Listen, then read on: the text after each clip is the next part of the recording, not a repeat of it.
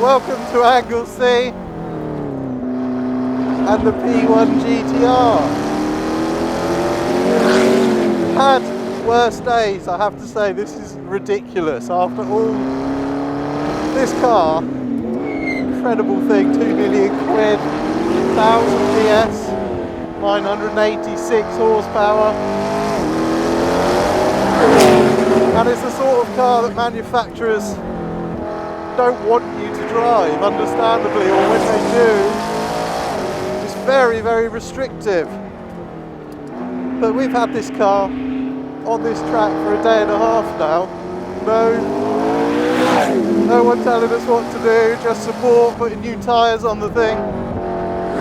So we are very lucky and very grateful. I am going to try and set a lap time in it, which sounds utterly terrifying to me, but I'm going to try and do that. But first I'm going to tell you what it feels like to drive a 1000 horsepower P1 GTR,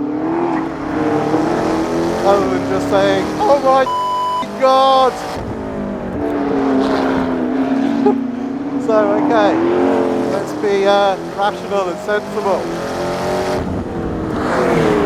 What is this car? Well, it's the P1, but obviously optimised for track. Still has similar suspension system, different modes, wet, performance I think it is, and track. So we're in track mode, obviously the most aggressive. 3 levels of ESC. I've got that off at the moment. That probably won't stay like that when I'm doing the lap time. And more power, so a fulsome 1000 PS or 986 horsepower. It is utterly insane. I mean, completely balmy, it's hilarious. But the weird thing is, all this performance, I mean utterly mad performance, but it doesn't have the aero. It has 10% more aero than a P1 in race mode, which is about 660 kilos at 160 miles an hour or so.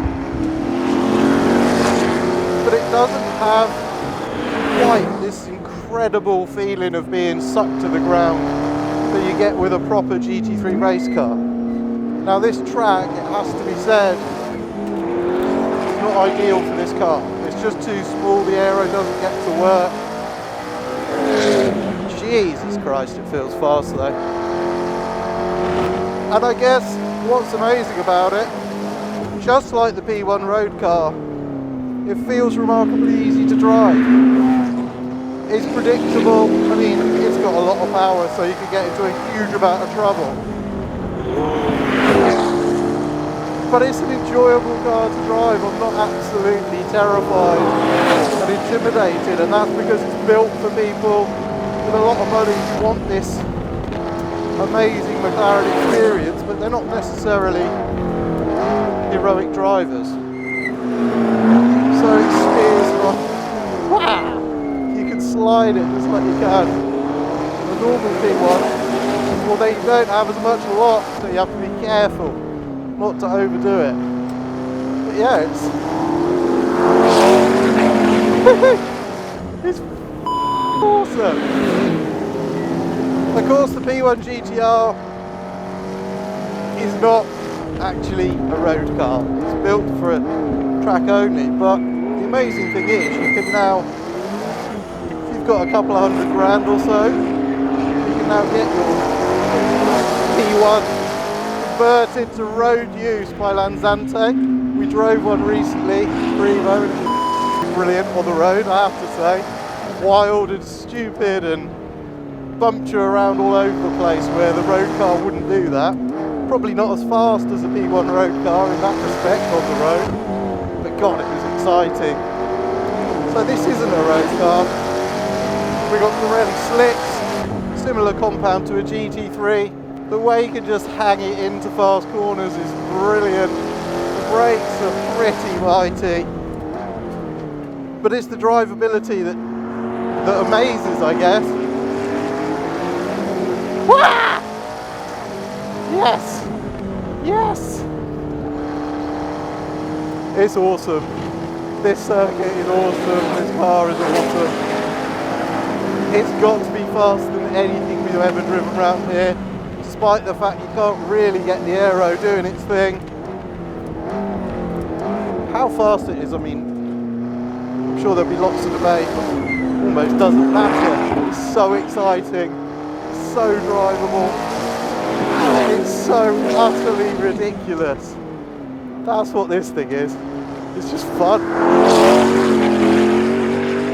Predictably enough, we had to dodge the odd rain cloud at Anglesey, but after all the filming and a little rain delay, the McLaren guys bolted on some new slicks and away I went.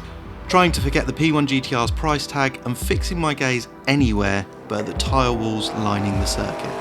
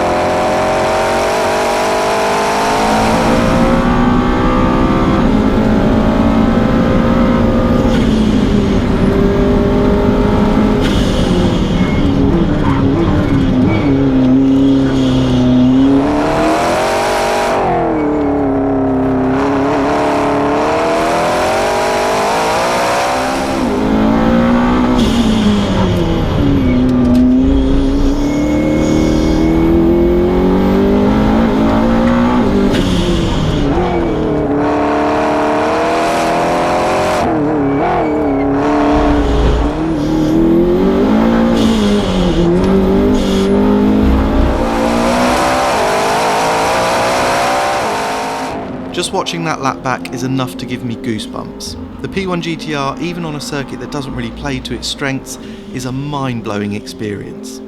Of course, it was the fastest thing we've ever experienced at Anglesey, setting a 108.7 and reaching a peak speed of 150 miles an hour. That's 2.5 seconds faster than a P1 on Trofeo R tyres and feels pretty extreme around this wonderful but relatively tight circuit. So that's it, the P1 GTR, unsurprisingly the quickest thing we've ever had here. Oh, yes. And although that's no surprise, and it's not a circuit suited to this car, it's just what makes this thing special isn't the lap time, which is brilliant, but just how fun it is, how easy it is to drive, and how it can give normal multi-trillionaires the chance to pretend they're a racing driver for a bit. We get a bit sniffy about that stuff, but if I was a multi-trillionaire, I'd have a P1 GTR and I wouldn't care what anyone else thought. In summary, the P1 GTR is every bit as good as you'd hope and totally unforgettable. What a machine.